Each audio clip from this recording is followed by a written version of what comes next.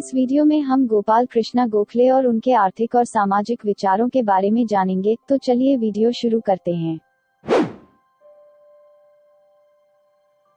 गोपाल कृष्ण गोखले का जन्म 9 मई 1866 को रत्नागिरी जिले के एक छोटे से गांव कोटलुक में एक मध्यम वर्ग के चित्पावन ब्राह्मण परिवार में हुआ था। उनके पिता कृष्णाराव पहले एक क्लर्क के रूप में कार्यरत थे, लेकिन बाद में पुलिस उप निरीक्षक के पद पर आसीन हुए। जब गोपालराव मुश्किल से 13 साल के थे, तब 2 बेटे और 4 बेटियों को छोड़कर भगवान को प्यारे हो गए। गोपालराव ने अपनी प्राथमिक शिक्षा कोल्हापुर के पास कागल में ली और वर्ष 1881 में अपनी मैट्रिक की पढ़ाई पूरी की। उन्होंने अपनी उच्च शिक्षा 3 अलग अलग कॉलेजों में की। कोल्हापुर में राजाराम कॉलेज, पुणे में डेकाक कॉलेज और बम्बई में एलिफिंस्टन कॉलेज, जहां से उन्होंने 1884 में स्नातक की पढ़ाई पूरी की। एक समय में उन्होंने इंजीनियर बनने के बारे में सोचा था, लेकिन अंततः उन्होंने खुद को शिक्षा के लिए समर्पित करने का फैसला किया। गोपालराव ने न्यू इंग्लिश स्कूल में शिक्षक की नौकरी स्वीकार कर ली। उनकी ईमानदारी ने डेक्कन एजुकेशन सोसाइटी के मालिकों को प्रभावित किया और उन्होंने उन्हें सोसाइटी का सदस्य बना दिया। जल्द ही गोपालराव को फर्ग्यूस कॉलेज में व्याख्याता के पद पर पदोन्नत किया गया,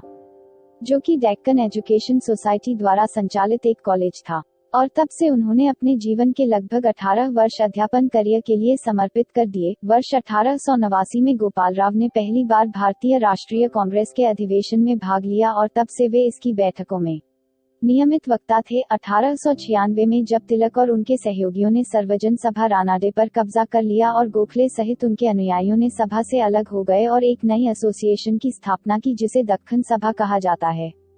गोपाल कृष्ण गोखले अपने समय के प्रमुख उदारवादी विचारकों में से एक थे। उदारवादी विचारक उदार राजनीतिक दृष्टिकोण के लिए खड़े थे और उन्होंने क्रमिक सामाजिक प्रगति की वकालत की। वे अतिवादी विचारकों जैसे तिलक, अरबिंदो घोष, बीसी पाल और अन्य भारत में ब्रिटिश शासन की अपनी समझ के संबंध में मोटे तौर पर मॉडरेट ने भारत में ब्रिटिश शासन की सराहना और स्वागत किया और विश्वास किया कि यह भारतीय समाज के आधुनिकीकरण की प्रक्रिया में स्थापित होगा। एमजी रानाडे के बाद गोखले एक प्रमुख उदार विचारक थे। रानाडे, जिन्होंने राजनीति के उदारवादी तरीके से बहुत योगदान दिया था, गोखले ने रानाडे और गांधी के बीच एक बड़ी बौद्धिक कड़ी प्रदान की।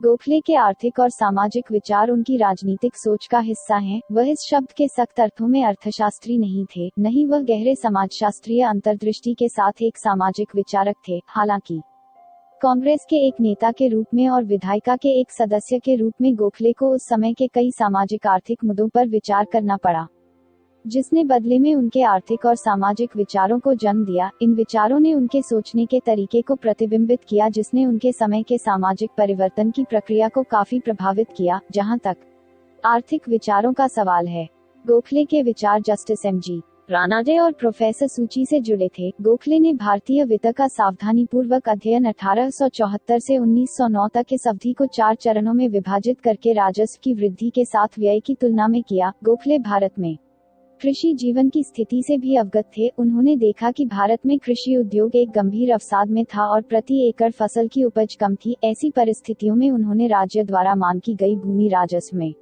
वृद्धि पर नाराजगी जताई। उन्होंने स्पष्ट किया कि वे भू राजस्व और अप्रत्यक्ष करों को एक साथ मिलाकर गरीबों पर एक असहनीय बोझ मानते हैं। वह चाहते थे कि राज्य कृषि और वैज्ञानिक कृषि को कृषि समृद्धि के उपायों के रूप में महत्व दे। उन्होंने सूती वस्त्र पर उत्पाद शुल्क को अस्वीकार कर दिया, जो आयात पर कर्तव्यों को संतुलित करने के लिए लगाया गया था। गोखले ने सोचा कि इस तरह के एक कर्तव्य ने गरीबों पर बोझ डाला। गोखले केवल सरकार की राजकोषीय नीति की आलोचना करने पर ही नहीं रुके, बल्कि स्वदेशी के कारण की भी वकालत की। हालांकि उन्होंने स्वदेशी की पहचान बहिष्कार से नहीं की। उनके लिए स्वदेशी आंदोलन एक देशभक्ति और आर्थिक आंदोलन था। अब तक इसके देशभक्ति के पहलू का मतलब मातृभूमि के प्रति समर्पण था, लेकिन इसके भौतिक पक्ष पर आंदोलन आर्थिक था। गोखले का यह भी मानना कि सामाजिक सुधारों को राजनीतिक सुधारों के साथ चलना चाहिए। 1890 की शुरुआत में रानाडे ने कुछ सुधारों की वकालत की थी, जैसे बेटे या बेटी के विवाह समारोहों में 1 साल से अधिक की आय को खर्च नहीं किया जाना चाहिए। 14, 18 या 20 वर्ष की आयु से पहले लड़कों का विवाह नहीं किया जाना चाहिए और 10,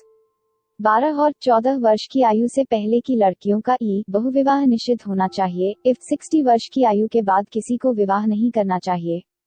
महिला शिक्षा को बढ़ावा देने के लिए प्रयास किए जाने चाहिए। गोखले ने इस संबंध में रानाडे का अनुसरण किया। उनका मत था कि राज्य को समाज में प्रगतिशील तत्वों की मदद करनी चाहिए। इस प्रकार उन्होंने सिविल मैरिज बिल पर प्रस्ताव का समर्थन किया। एक प्रभावशाली और प्रबुद्ध अल्पसंख्यक गोखले के समर्थन के साथ गोखले चाहते थे कि राज्य सामाजिक परिवर्तन के उपायों के साथ आगे बढ़े। गोखले ने जनता के लिए मुफ्त और अनिवार्य प्रारंभिक शिक्षा का सुझाव दिया। उनके लिए प्रारंभिक शिक्षा का मतलब केवल पढ़ने और लिखने की क्षमता से अधिक कुछ था। इसका अर्थ था व्यक्ति की अधिक नैतिक और आर्थिक दक्षता, और इसलिए उसने अनिवार्य मुक्त शिक्षा पर जोर देने के लिए कड़ी मेहनत की। उन्होंने शराब और सार्वजनिक स्वास्थ्य के अन्य उपायों पर भी प्रतिबंध लगाने का सुझाव दिया ताकि व्यक्तिगत व्यक्तित्व के विकास के मार्ग से बाधाएं और कठिनाइयों को दूर किया जा सके। गोखले द्वारा सुझाए गए सुधारों से यह आसानी से देखा जा सकता है कि सामाजिक सुधारों का उनका कार्यक्रम उनके उदार विश्वास को दर्शाता है। उदारवाद व्यक्तिगत गरिमा को अधिक महत्व देता है।